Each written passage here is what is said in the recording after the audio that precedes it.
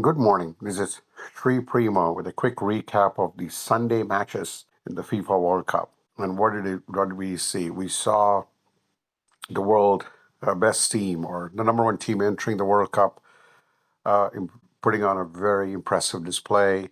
Yamal scores his first goal, and then we had Mohammed Salah from Egypt, who leads his country to a comeback win or New Zealand. Very, very great games all day yesterday. So landmark achievements yesterday from Egypt and also from an offensive spectacular showcase from Spain in Atlanta.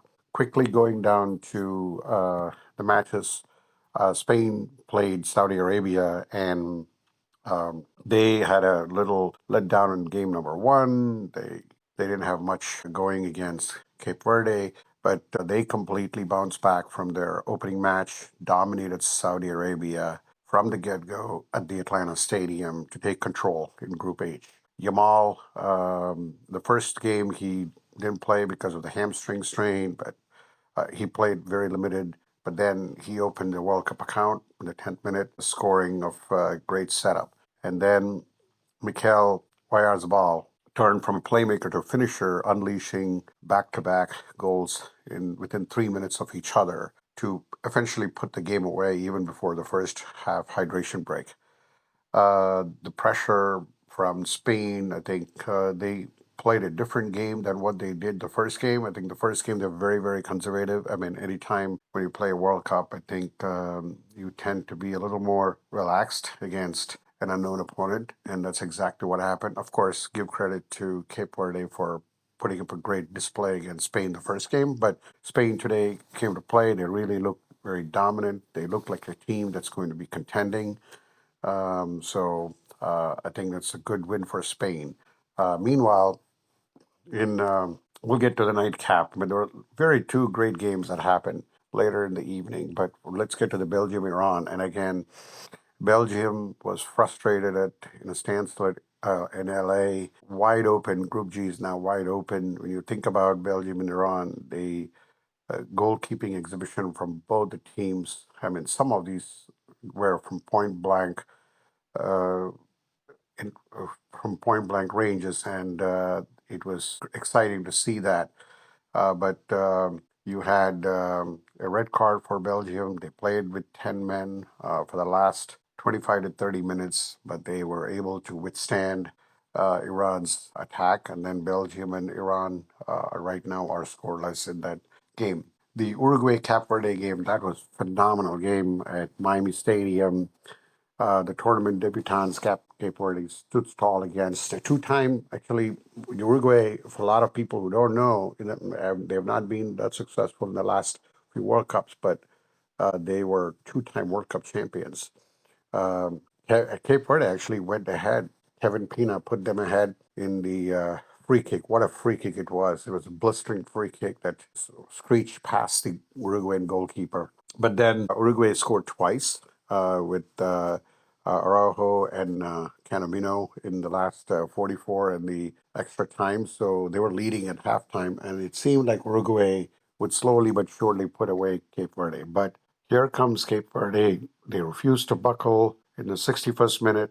Varela capitalized on a mistake to blast home the equalizer. So Cape Verde now has an unbeaten start in the game in the World Cup. So they in Group H they tied with Uruguay. Uruguay has a very tough game against Spain, and Cape Verde will be playing uh, will be playing Saudi Arabia. So I feel that this could be a very historic moment for Cape Verde to make it to the second round, to the round of 32. So they put themselves in a great spot uh, for a country which is less than 500,000 population. This is a historic achievement for them if they can make it. I'm totally rooting for them. And then the last one we were talking about Egypt and New Zealand.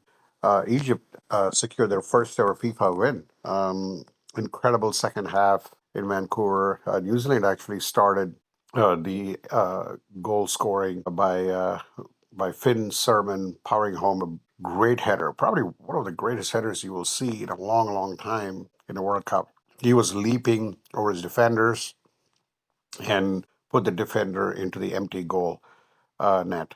But Egypt just came as a different team in the second half. The intensity picked up, and Mustafa Ziko was the first one to go back and do a header in the 58th minute to level the match. But then Captain Mohammed Saleh, one of the top EPL players, turned the match on to his head in the 67th minute.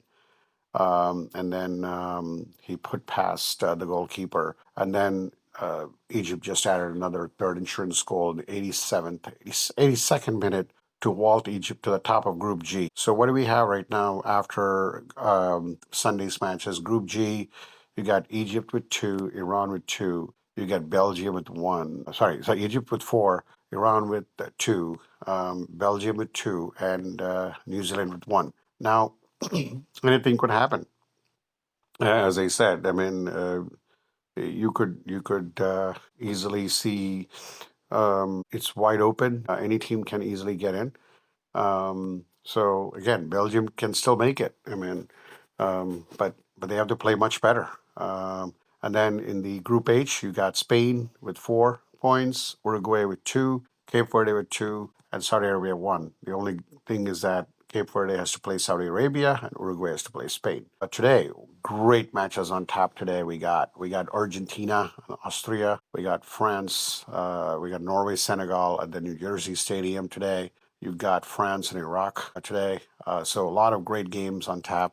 Looking forward to this World Cup. It's been wonderful. So a lot of the second round matches going on. Thanks again for listening. Have a good rest of the day.